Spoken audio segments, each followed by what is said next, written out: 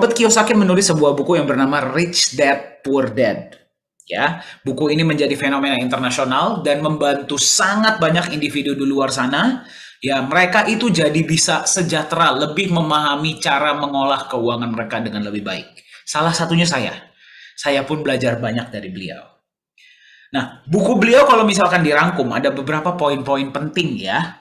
Anda boleh baca, Anda silahkan pelajari atau bukan Anda boleh ke YouTube dan mencari ya materi-materi dari Robert Kiyosaki.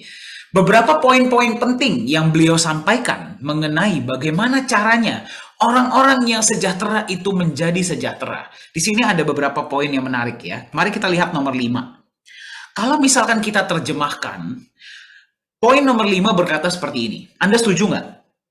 Orang-orang yang sejahtera, orang-orang yang kaya raya, mereka lebih berfokus kepada aset ketika orang-orang lain terlalu fokus meningkatkan peningkatan pendapatan mereka. Jadi orang kaya, orang sejahtera fokus untuk menimbun aset, orang yang biasa-biasa saja lebih fokus cari income tambahan, cari uang tambahan. Itulah kenapa orang-orang yang benar-benar sejahtera itu bisa memiliki waktu ketika orang-orang lain masih harus sibuk bekerja. Ya, kalau misalkan kita lihat nomor 8, beliau berkata seperti ini, jika saya ingin punya sesuatu, saya harus mendapatkan cash flow atau pendapatan yang cukup dari aset saya untuk bisa membeli hal tersebut. Kembali, mayoritas dari kita, saya pun pernah melakukan kesalahan ini. Kalau misalkan kita suka sesuatu, kita dapat gaji atau kita dapat komisi, ya, income kita langsung kita gunakan untuk membeli sesuatu yang kita inginkan. Orang sejahtera menimbun aset dulu. Aset itu menghasilkan untuk mereka, ya, baru kemudian hasil dari aset tersebutlah yang mereka gunakan untuk beli apa yang mereka inginkan. Ini perbedaan yang sangat besar bagi Anda yang sedang mendengarkan. Ya, perbedaannya adalah Anda harus bekerja atau tidak di kemudian hari. Ya, kalau kita lihat nomor 9, fokuslah untuk menambahkan aset Anda, bukan pendapatan atau income Anda.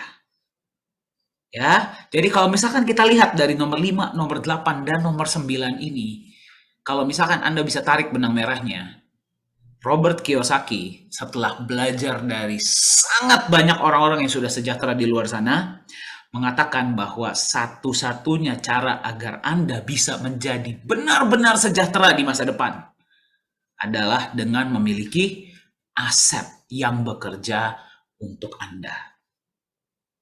Nah, mari sekarang kita lihat ya, perbedaan cara mengolah keuangan ketiga kelompok yang ada di luar sana. Kembali, saya tidak di sini untuk membicarakan siapapun ya. Ini adalah data.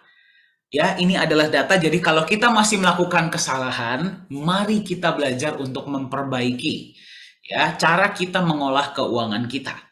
Ada 3 kelompok. Kelompok pertama adalah kelompok yang serba berkekurangan, kelompok menengah, dan kelompok yang kaya raya. Kelompok yang serba berkekurangan, kita lihat ya, cara mereka mengolah uang mereka seperti ini.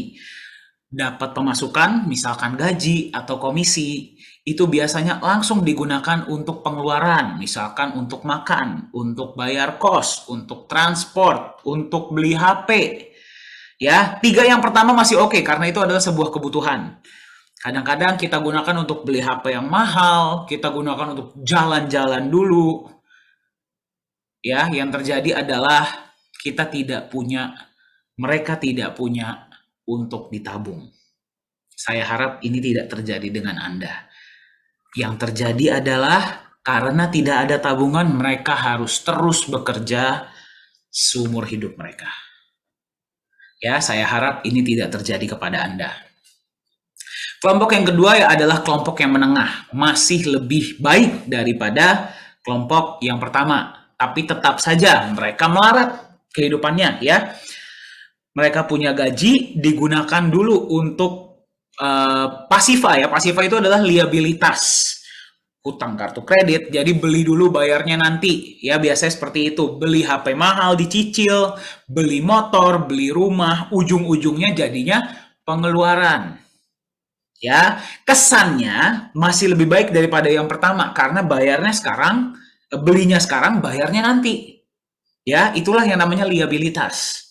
Tetapi ujung-ujungnya sama saja karena Anda kena bunga. Bunga itu yang harus Anda bayar, cicilan yang harus Anda bayar, ujung-ujungnya Anda tetap saja harus terus bekerja. Banyak orang, dan saya tidak hanya membicarakan orang-orang yang di luar sana ya, banyak orang-orang yang saya kenal pun masuk di dalam kelompok yang pertama dan yang kedua. Ya, saya tidak bilang ini buruk, ya, ini adalah pilihan. Kalau semua orang mereka ingin tetap bekerja seumur hidup, ya silahkan. Namun kalau misalkan kita ingin pensiun ataupun pensiun dini, harus ada yang kita rubah. Ya. Nah, mari kita lihat yang ketiga. Nah, jadi di sini kita bisa melihat ya bahwa sebenarnya orang-orang yang sejahtera itu tidak berbeda dari kita. Mungkin terkadang mulainya pun di tempat yang sama. Yang berbeda adalah cara mereka mengatur keuangan mereka.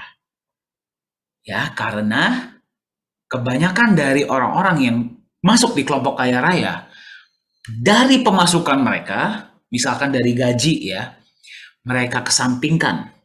Mereka gunakan untuk yang dibutuhkan, mereka usahakan, mereka kesampingkan ya uang mereka untuk memberi aktiva atau aset. Ya, perbedaan antara aktiva dan pasiva adalah aset dan liabilitas adalah liabilitas mengambil uang dari kantong Anda.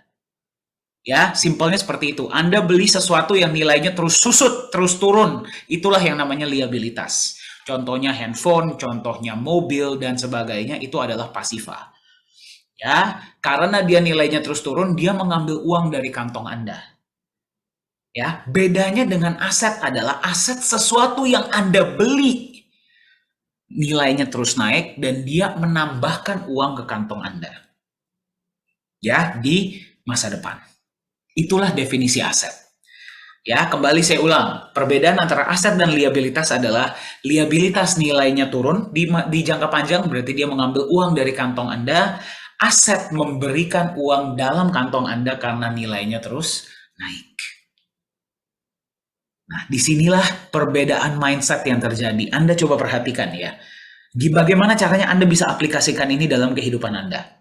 Anda kesampingkan sebagian pemasukan Anda masukkan ke dalam aset, aset nilainya berkembang, memasukkan ke dalam pemasukan Anda berarti bertambah, dari pemasukan tersebut Anda gunakan lagi untuk membeli aset lebih banyak. Aset lebih banyak Anda beli, menambah pemasukan Anda, dan seterusnya. Sampai pada suatu titik di mana pemasukan dari aset Anda sudah sangat besar, ya, dia bisa menutupi kebutuhan Anda setiap bulan, Anda sudah tidak perlu bekerja lagi. Itulah definisi dari pensiun bagi Anda yang sedang mendengarkan, menurut Robert Kiyosaki. Masuk akal tidak yang saya bagikan hari ini? Masuk akal ya? Silakan dikirim di kolom chat ya. Bagaimana Anda bisa mengaplikasikan ini dalam kehidupan Anda? Ya, di sini tertulis ya, contoh aset ada beberapa. Misalkan bisnis, properti, kos-kosan, saham, emas, dan sebagainya. Nah, jadi sekarang dari pemasukan Anda, apakah Anda mau beli liabilitas terlebih dahulu atau Anda mau beli aset yang bisa membuat Anda sejahtera di masa depan? Luar biasa. Kalau misalkan Anda bilang saya mau beli aset, mari kita lihat contoh aset di luar sana ada apa saja. Ya, beberapa contoh yang paling terkenal ya. Yang pertama adalah saham. Anda pasti sudah sering dengar ya, saham. Kemudian ada contoh lain adalah properti, ada lagi bisnis, dan yang lainnya emas dan sebagainya. Ya, sesuatu yang Anda beli nilainya naik, masukkan uang ke dalam kantong Anda bisa gunakan untuk beli aset lagi. Ya, menurut Warren Buffett itulah yang namanya compound interest. Nah, sekarang di mulai dari tahun sekitar 2013-an ya, mulai terkenal sebuah jenis aset baru yang kalau misalkan kita bandingkan dengan saham, properti, dan bisnis ya, modalnya untuk membeli aset ini biasanya secara rata-rata jauh lebih kecil dan bisa memberikan tingkat kenaikan nilai yang sangat besar. Ya, apa itu? Namanya adalah aset digital. atau aset kripto. Ya. Jadi aset kripto adalah sebuah aset yang ada di dalam internet, di dalam komputer Anda, di dalam HP Anda.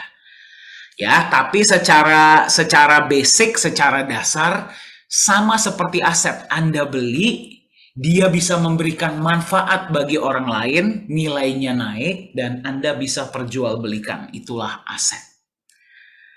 Nah, aset digital yang paling terkena, bagi Anda yang masih belum paham apa itu aset digital, tidak masalah ya.